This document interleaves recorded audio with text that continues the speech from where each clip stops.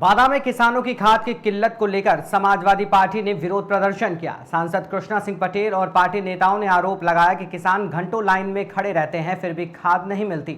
सपा नेताओं ने भाजपा सरकार पर किसानों की अनदेखी का आरोप लगाते हुए चेतावनी दी कि अगर समस्या का समाधान नहीं हुआ तो आंदोलन तेज किया जाएगा।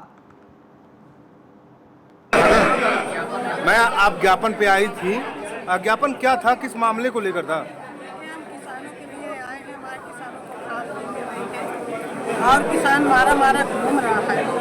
महिलाएं हमारी आती हैं बच्चे छोड़ के, भूखे प्यासे दिन रात पड़ी रहती हैं, उनको एक बोरी खाद नहीं मिलती है, उनको लौटा दिया जाता है। तो कहते हैं खाद पर्याप्त है, अगर पर्याप्त है तो कहाँ मिलता, क्यों नहीं दिला रहे किसानों को? ये सरकार झूठी सरकार है, ये ब्लैक में खाद बेची जा रही है। ना तो किसानों को खाद दिया जा रहा है, ना महिलाओं को लिए रोजगार है, हमारे युवाओं के लिए ना तो नौकरी है, युवाओं को है, उनकी जिंदगी छीन लिया। और ये लोग सरकार जो बैठी है, ये सरकार 2027 में इसको उखाड़ फेंकेंगे, अभी हमारे युवाओं को भला होगा और महिलाओं के लिए रोजगार मिलेगा।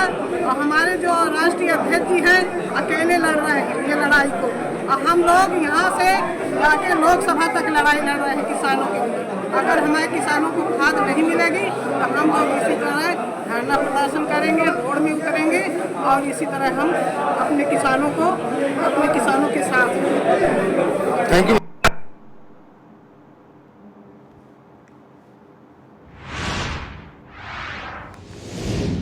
राजगढ़ से खबर है, जहां पर लाडली बहना योजना को लेकर कांग्रेस नेता के बिगड़े बोल सुर्खियों में है। राजगढ़ जिला पंचायत सदस्य यशवंत सिंह गुर्जर ने एक सार्वजनिक मंच से लाडली बहनों के लिए आपत्तिजनक टिप्पणी की। उन्होंने कहा कि लाडली बहनों को बोरियों में भर देंगे, जिसको लेकर भाजपा की जिला महामंत्री देवी सिंह सिंधिया ने पलटवार करते हुए करारा जवाब दिया। उन्होंने कहा, सारे जिम्मेदार नेताओं के बीच हमारी लाडली बहनों को लेकर के एक बयान दिया जाता है कि लाडली बहनों को बोरी में भर देंगे। ये बयान बहुत निंदनीय है, लाडली बहनों का अपमान है। शायद कांग्रेस के नेता ये भूल रहे हैं कि ये भारत भूमि है, ये वो भूमि है जहां नारी शक्ति के अपमान को लेकर महाभारत का युद्ध हो जाता है।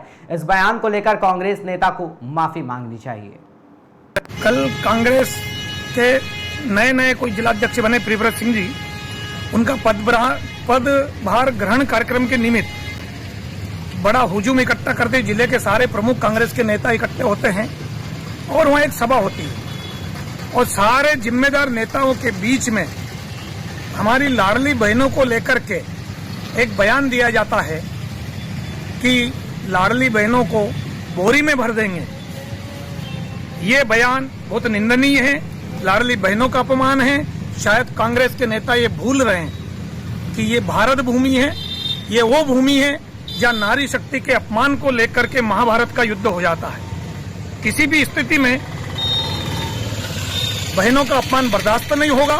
इसके लिए कांग्रेस हमारी लाडली बहनों से माफी मांगे और कांग्रेस का असली चाल चरित्र चेहरा इस बयान के बाद उजागर होता है कि जब लाडली बहनों को बोरी में भरने का बयान आता है और कांग्रेस के सारे जिम्मेदार नेता ठाके लगा करके हंस रहे हैं। यही कांग्रेस की ओरिजिनल मानसिकता है। इनकी नेता प्रियंका वाड्रा कहती है कि लड़की हूं, लड़ सकती हूं, और इनके नेता कहते हैं कि बहनों को बोरियों में भर देंगे। वास्तव में इनकी बहनों के प्रति, नारी शक्ति के प्रति, महिलाओं के प्रति जो मानसिकता है वो बहुत ही निंदनीय है।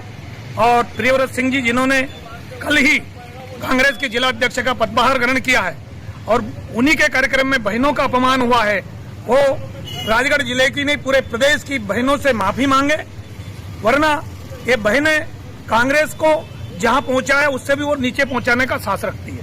कल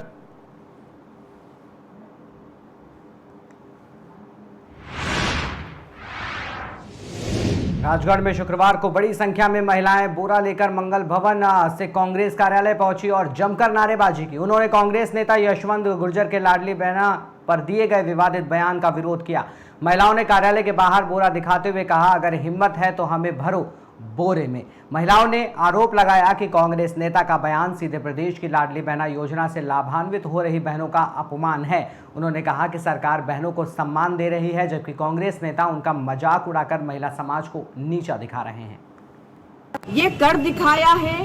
इन 10 सालों में आपने देखा होगा कि जब से हमारे माननीय प्रधानमंत्री श्रीमान नरेंद्र मोदी जी सत्ता की बागडोर संभाली है, उसके बाद से जो महिलाओं का स्तर जो उठकर आया है वो मेरे ख्याल से अभी तक नहीं आया। आज भारतीय जनता पार्टी की सरकार, हमारे प्रदेश के मुखिया डॉक्टर मोहन यादव जी के नेतृत्व में आज लाडली बहनाओं का जो सम्मान हो रहा है, जो लाडली बहनाओं का स्तर ऊंचा हो रहा है, जो लाडली बहनाओं को सम्मान की निधि उनके खाते में पहुंचाई जा रही है, ये निधि और लाडली बहना के सम्मान आज एक कांग्रेस पार्टी को खल रहा है। कांग्रेस पार्टी को इसलिए खल रहा है क्योंकि उनकी औकात चुनाव में हमारी बहनों ने बता दी है। उनको बोरे में हमें बंद करने की बात करते हैं। अरे साहब, आपको तो चुनाव में हम बहनों ने बोरे में बंद करके उस मोहनपुरा के डैम में फेंकाए हैं। और आज भी आपसे कहना चाहते हैं, इस मध्य प्रदेश की 1,26,00,000 लाडली बहना आपसे कहना चाहती है कि अभी तो ये राजगढ़ है। आप देखना, जैसे सुपड़ा साफ हम करते आ रहे हैं, पिछले चुनाव में आपने देखा होगा, इस चुनाव में भी हम लाडली बहनाएं उनकी औकात बताएंगे। और मध्य प्रदेश की नहीं, राजगढ़ की नहीं, पूरे मध्य प्रदेश की बहनें हम भारतीय जनता पार्टी के साथ है और भारतीय जनता पार्टी के साथ है। नया परचम, नया इतिहास ये लाडली बहना रचाएगी।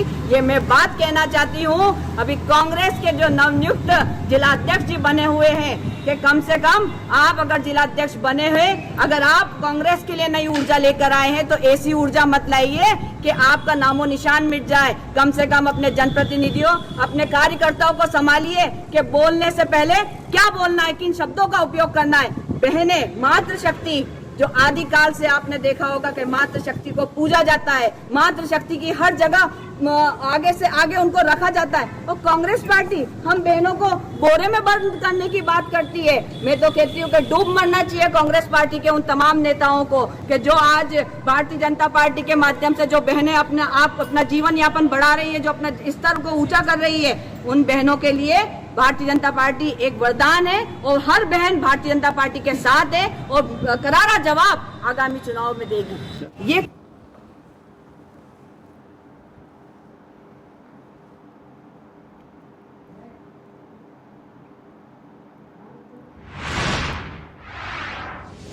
बहराइच में पुलिस ने बड़ी सफलता हासिल की। लूट और वाहन चोरी की घटनाओं में शामिल 3 अभियुक्तों को गिरफ्तार किया गया। पुलिस ने उनके कब्जे से 12 चोरी की मोटरसाइकिलें, 1 देशी तमंचा, 2 जिंदा कारतूस, 2 मोबाइल फोन और नकदी अब बरामद की है। पकड़े गए अभियुक्तों पर अब पहले से ही इनाम घोषित था। पुलिस अब आरोपियों से पूछताछ कर रही है।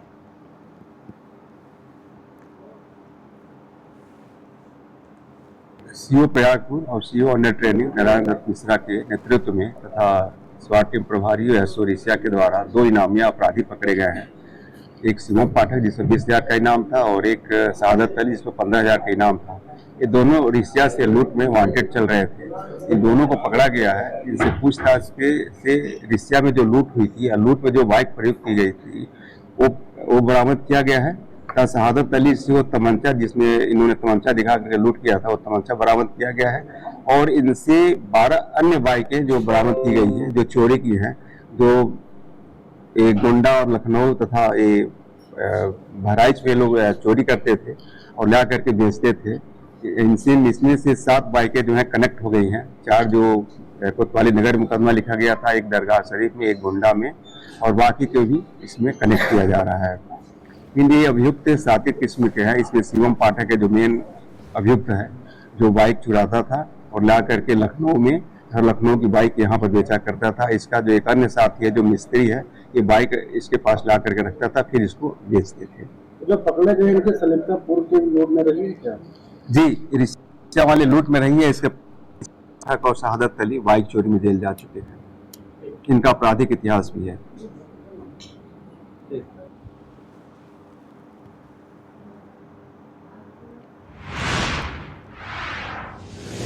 बांदा का बबेरू थाना क्षेत्र के निबौर गांव में पुलिस ने अवैध शस्त्र फैक्ट्री का भंडाफोड़ किया है। छापेमारी में एक आरोपी गिरफ्तार हुआ जिसके पास से अधिनिर्मित और निर्मित अवैध असलहे बनाने के उपकरण और भारी मात्रा में सामान बरामद हुआ। आरोपी पहले भी जेल जा चुका है और उसके खिलाफ कई मुकदमे दर्ज हैं। बताया जा रहा है कि ये तमंचे 5 से 6 हज़ार रुपए में बेचे जाते थे। पुलिस अब इस पूरे नेटवर्क की जाँच में जुटी है। बांदा पुलिस की इस कार्रवाई से अवैध शस्त्र कारोबार को बड़ा झटका लगा है।